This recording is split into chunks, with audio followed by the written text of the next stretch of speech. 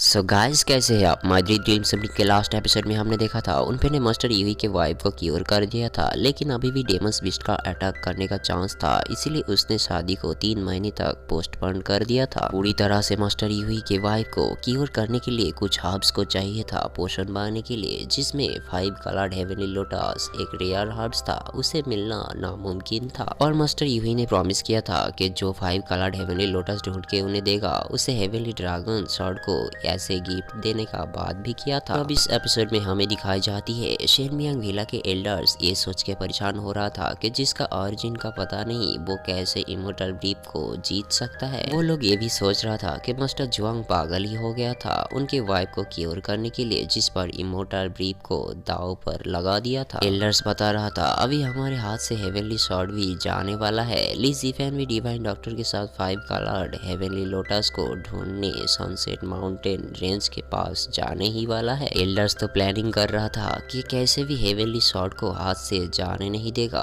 उन लोगों के पास चांस था कुछ करने का, इसीलिए उन सब ने उनका रेस्पेक्टिव सेक्टर में मैसेज भेजना चाहता था कि लिक्सिया माउंटेन के पास रहे और सनसेट वैली पहुंचने से पहले ही सबको मार दे। इसके बाद हमें गंगशन को दिखाई जाती है, वो भी काफी परेशान था कि एक छोटा बच्चा उसे हर्ट किया और उसके ही सामने से इमोर्टल ब्रीफ को छीन लिया। अंकल जियांग को उनफे का स्ट्रेंथ के बारे में पता था, जिससे उनफे को बीट करना इम्पॉसिबल था। गंगशन भी मैसेज भेजने बताती है इमोर्टल मेडिसिन वैली के स्ट्रॉन्ग पीपल्स को अभी के अभी सनसेट माउंटेन वैली के रेंज के पास जाने बोलो। गंगशन चाह रहा था कि सनसेट माउंटेन रेंज वैली ही उसका ब्यूरियल प्लेस हो। उसे तो ये बिलीव नहीं हो रहा था कि कोई ऐरे गहरे इमोर्टल ब्रीफ को कैसे अचीव कर सकता है। सनसेट माउंटेन रेंज पहले से ही एक खतरनाक जगह था जहाँ पे सबको अटैक करना भी सबके लिए इजी था। और मैसेज भेज देता है। इसके बाद हमें उनफे को दिखाई जाती है जो ग्रेट वंडर ड्रीम का कल्टीवेट कर रहे होती है। एक एनिमी आने का साउंड को समझते ही फ्लेमिंग प्लाम से अटैक कर देती है। उनफे का स्ट्रेंथ ग्रेट वंडर ड्रीम का था, उसी से वो बाहर उस एनिमी को चेज करने निकल जाती है। उनफे उसका हेवनली ड्रैगन 9 ब्लेड पावर को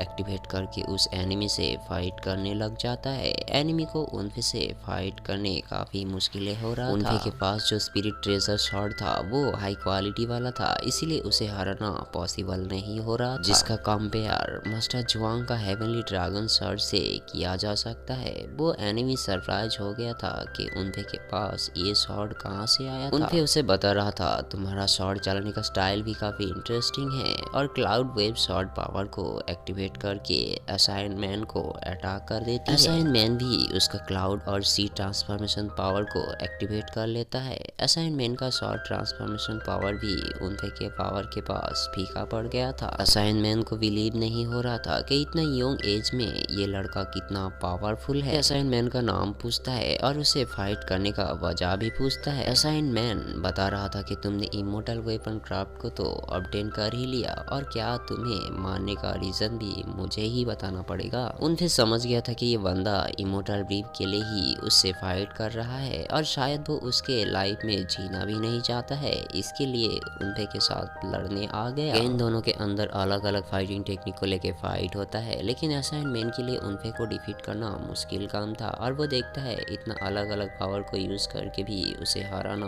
नामुमकिन था, इसलिए अपने आप ही भाग जाता है। इसके बाद हमें दिखाई जाती कि गंजी उनफे को असाइनमेंट का पावर के बारे में बता रहा होती है कि वो सिर्फ ग्रेट एलिमेंट्री ड्रैगन परफेक्ट का ही कल्टीवेटर है। कभी ये सोचा नहीं था कि इतना जल्दी सब कुछ होने लगेगा। उनफे का लड़की साथी बता रहा था कि शैडो बटरफ्लाई उस आदमी को ट्रैक करने भेज दिया, जल्दी ही उन्हें उस आदमी का आइडेंटिटी मिल जाएगा। गंजी को डाउट हो रहा था कि 7 साल पहले जो लोग उनफे का पेरेंट्स को अटैक किया था ये आदमी उन लोगों से तो नहीं है, लेकिन उनफे को ये आदमी के क्लाउड सी शॉर्ट टेक्निक को यूज करने पर उसे एक आदमी का याद आ गया था। उनपे बता रहा था कि ब्लैक टेटर्स में से ही एक आदमी है जिसने 7 साल पहले उनफे का पेरेंट्स को इसी टेक्निक से अटैक किया था। वो कंफर्म नहीं था कि ये आदमी ही था, बट उसे डाउट हुआ था। लड़की बता रहा था अगर ऐसा है तो तुम उसे मारा क्यों नहीं। उनपे बता रहा था कि अगर मैं उसे आज मार देता तो सारे सांप डर के होल में घुस जाता था। ये टाइम पे मैं चाहता हूँ कि सारे सांप होल से बाहर निकले और मेरे पेरेंट्स के कातिलों को मैं एक ही जगह पे दिख जाऊं, और 7 साल पहले जो हुआ था उसका बदला भी मैं आसानी से ले पाओ। मास्टर यूही वहाँ पे दो साथी के साथ आता है और वो घरों को बिखरा हुआ देख के बता रहा था कि क्या हुआ। उन पे बता रहा था कि ब्लैक ट्रेटर के एक आदमी ने ही अटैक किया था। मिस्टर जुआंग को काफी गुस्सा आया था कि किसी का हिम्मत कैसे हो सकता है कि मेरे वाइफ को क्योर करने वाला डॉक्टर के ऊपर अटैक करे, और उन पे नहीं, उसकी नजर अभी मेरी शेन मियांग भीला के ऊपर भी आ गया है। जिस पर मास्टर यूही थर्ड अंकल को कहता है कि शेन मियांग भीला के पूरी एंटायर गेट को ब्लॉक कर दो ताकि कोई शेन मियांग भीला में आ ना सके, और हाँ, जल्दी से जल्दी उस आदमी का पता लगाओ कि कौन यहाँ आया था, और यहाँ पे गार्ड का भी बंदोबस्त कर दो, फिर से ऐसा कोई अटैक ना हो पाए। इसके बाद हमें दिखाई जाती है सभी एल्डर्स एक जगह पे खड़ा हो जाता है और एल्डर्स थर्ड एल्डर्स को पूछ रहा था कि क्या तुमने डिवाइन डॉक्टर इफे को मारने किसी को भेजा था। दूसरे एल्डर्स बता रहा था शेन मियांग भीला में ये पॉसिबल नहीं है। और देखा जाए तो मास्टर जुआंग के पास हेवनली ड्रैगन सॉर्ड और इमोर्टल सन है भी उसके हाथ में होते हुए बाहर के कोई कैसे अटैक कर सकता है। इवन जीन 10 लेवल के कल्टीवेटर भी शेन मियांग भीला को कुछ नहीं कर पाया, तो ये कौन है। एल्डरों के अंदर किसी को समझ में नहीं आ रहा था कि आखिर क्या चल रहा है शेन मियांग भीला में। इसके बाद हमें वही ब्लैक ट्रेटर को दिखाई जाती है। शैडो बटरफ्लाई ट्रेटर का लोकेशन को ट्रेस कर लिया था और उनपे का लड़की साथी के पास वापस भी आ गया था, और अभी लोकेशन ब्रॉडकास्टिंग करने का वेट था, लेकिन वहाँ पे गार्ड के सामने ये पॉसिबल नहीं था, इसीलिए उन पे सबको अपनी पावर से सुला देती है और उस लोकेशन को दिख जाती है। तो गाइस, मदरी ड्रीम सुप्रीम के एपिसोड 15 की एक्सप्लेन यहीं पे खत्म होती है, और चैनल को प्लीज सब्सक्राइब करके बेल नोटिफिकेशन को ऑल पे सेट करना ताकि नए नए सीरीज का नोटिफिकेशन आपको मिल सके।